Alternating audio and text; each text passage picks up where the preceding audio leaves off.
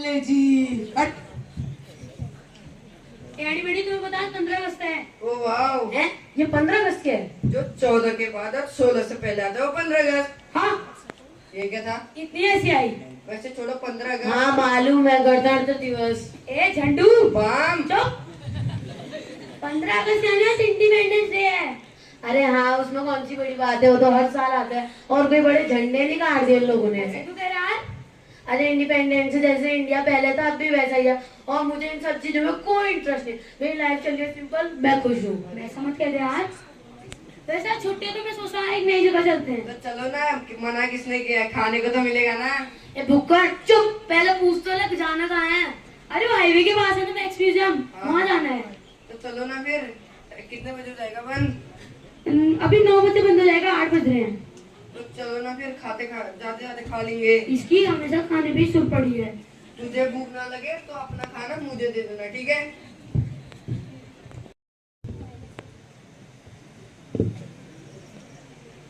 वाह यार, बनाया तो बड़ा मस्त है। पुतला बोल रहा है, पुतला बोल रहा है। आई एम नॉट पुतला, मैं यहाँ की मैनेजर हूँ। सॉरी बहन जी। बहन जी, अरे लो लो, आप टिकट काटो। ये लो, आपके पास बस 9 बजे का टाइम है, उसके बाद म्यूजियम बंद हो जाएगा। ठीक है ठीक है ठीक है। अरे बनाया तो बड़ा मस्त है यार। अरे मुंह से तो देखो। अरे वाह यार, ये मोटू पतलू कौन है? अरे ऐसा हमारे पीरियड राइटर से ऐसा तो मत कहते। मैडम के हाथ में तलवार। अरे आहा। और ये अंकल जी झंडा लेके जो कि खड़े हैं। कितना मोटिव किया है। चश्मा तो देखो। उसके आगे झंडा क्यों है? तो बहुत बोरिंग है, मुझे इन सब चीजों को कोई इंटरेस्ट नहीं। मैं गाने सुनने जा रहा हूँ, तुम जाओगे तो मुझे बुला लेना। ठीक है।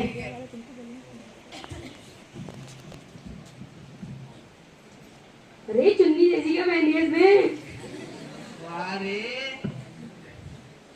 मैडम जी तो बहुत मस्त लग रहे हैं। चश्मा तो देखो अंकल का। आपका टाइम अब खत्म हो चुका है। ए मैडी जल्दी आ। मैडी मैडी चल। चल। मैडी चल। अंदर से बंद है। अरे अंदर से खुला है, बाहर से बंद है। दरवाजा खोलो। अरे यार, छी अंदर फंस गया।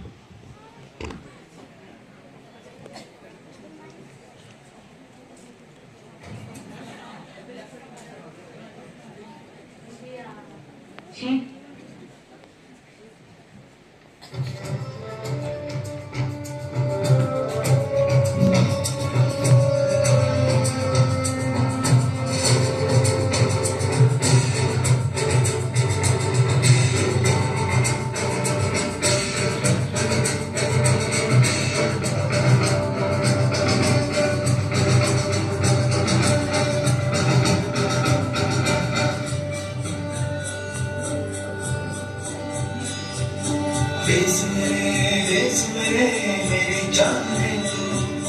देश मेरे मेरी जान है तू। देश मेरे मेरी जान है तू। देश मेरे मेरी जान है। आज के पन्नों में मेरा नाम तो कहीं खो सा गया है। भारतीय संस्कृति में मुझे सर्वश्रेष्ठ पूजनीय होने का ओहदा दिया गया था। एक समय पूरी दुनिया मुझे शिल्पकला के विषय में जानती थी। सन 1932 में मेरी मुलाकात गांधी जी और रविन्द्रनाथ टैगोर जी से शांति निकेतन में हुई थी। उन दोनों के व्यक्तित्व को देखकर मैं प्रभावित हुई। गांधी जी ने मुझे शिल्पकला के विषय में प्रोत्साहन दिया। मेरे जीवन में तो सब कुछ खुशहाली से चल रहा था, पर मैं अपने देश के लिए कुछ करना चाहती थी। इसलिए मैं गांधी जी के हर अधिवेशन में झाड़ू और बाल्टी लेकर एक स्वयं सेविका बनकर चल रही थी। मैंने शिविर के बाहर रक्षा की ड्यूटी की और आज जब मैं अपने भारत की स्वच्छता को देखती हूँ तो बहुत शर्मिंदगी महसूस करती हूँ।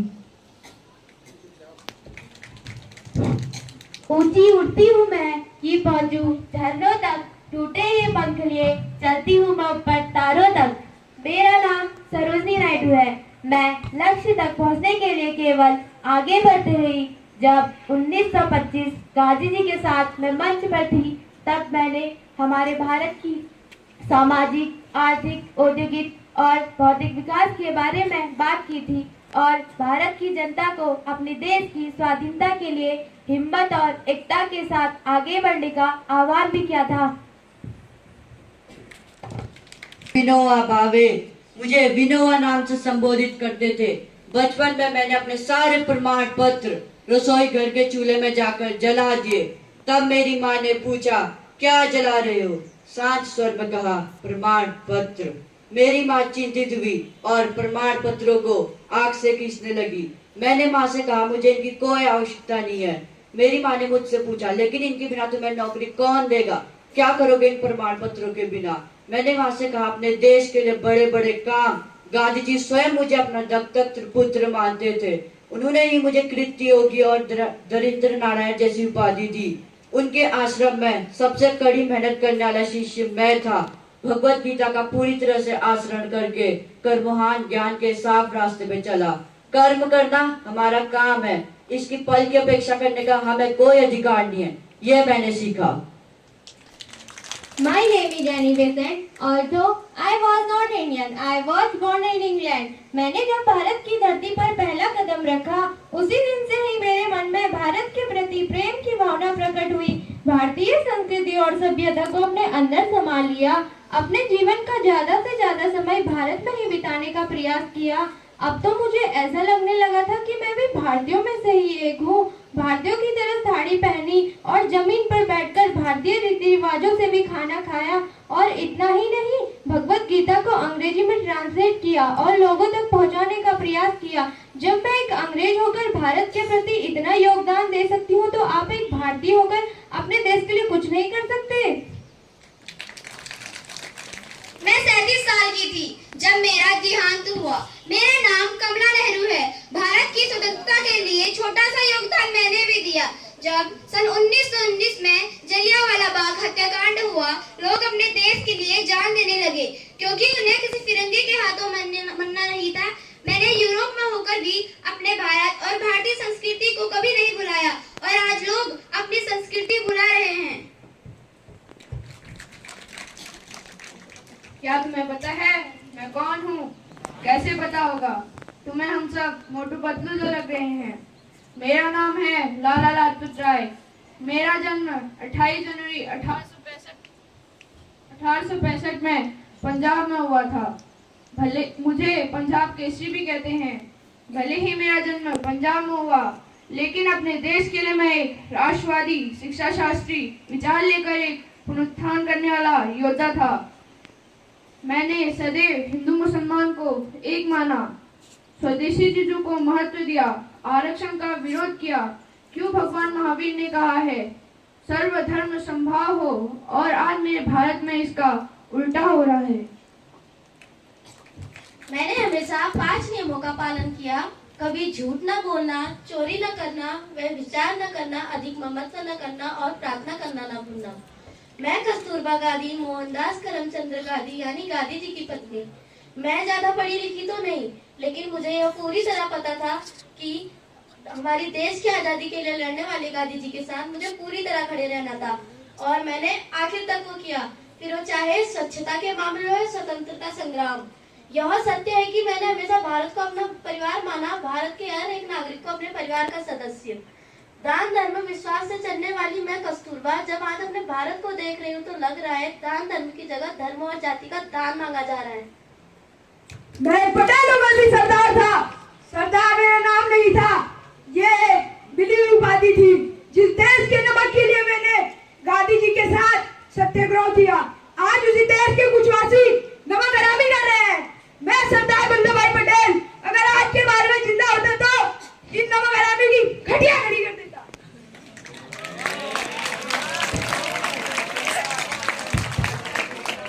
खान अब्दुल गफ्फार खान, एक मुसलमान परिवार से होकर मैंने किसी में भेद नहीं समझा।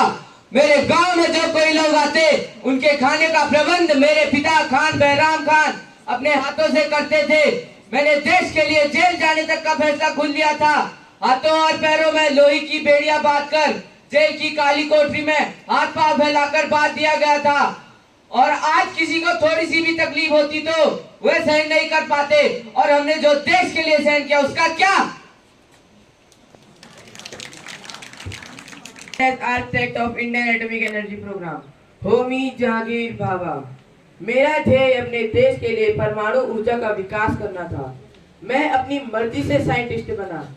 परमाणु ऊर्जा विकसित करने के लिए मुझे कई तकलीफें हुई, लेकिन मैंने कभी प्रयास नहीं छोड़े। मुझे लगा था कि मेरे जाने के बाद कई सारे साइंटिस्ट मेरा जैसा नाम कमाएंगे और मेरा भारत देश ऊंचाई पर होगा, मगर अफसोस है कि मेरे इस सपने को कोई समझ न पाया। मैं गलत थी। मैंने कहा था मैं मेरी झांसी नहीं दूंगी, पर आज जब मैं अपने भारत को देखती हूँ। फिर से अगेन। मैं गलत थी। मैंने कहा था मैं मेरी झांसी नहीं दूंगी, पर आज जब मैं अपने भारत को देखती हूँ तो लगता है काश मैं ये कहती मैं मेरा भारत नहीं दूंगी। अपने देश ऐसे फिरंगियों की चाल चलने लगे हैं। धिक्कार है मुझे ऐसे भारतीयों पे जो राष्ट्रद्रोह कर रहे हैं। वो कि जाने स्वराज्य होता क्या है। तेरी वजह से मेरे भारत पे ये ग्रहण लगा है। कब हटेगा ये ग्रहण?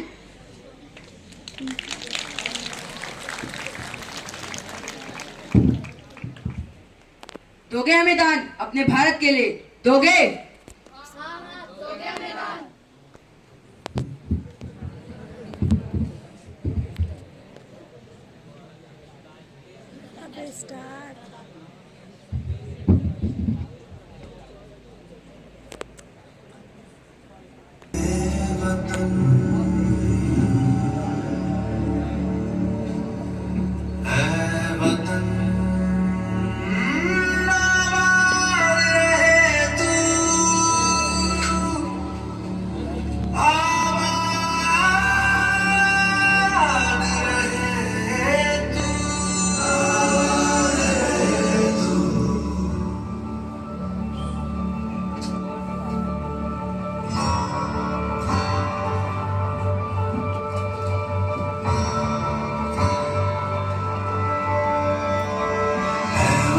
वतन मेरे आबाद रहे तू,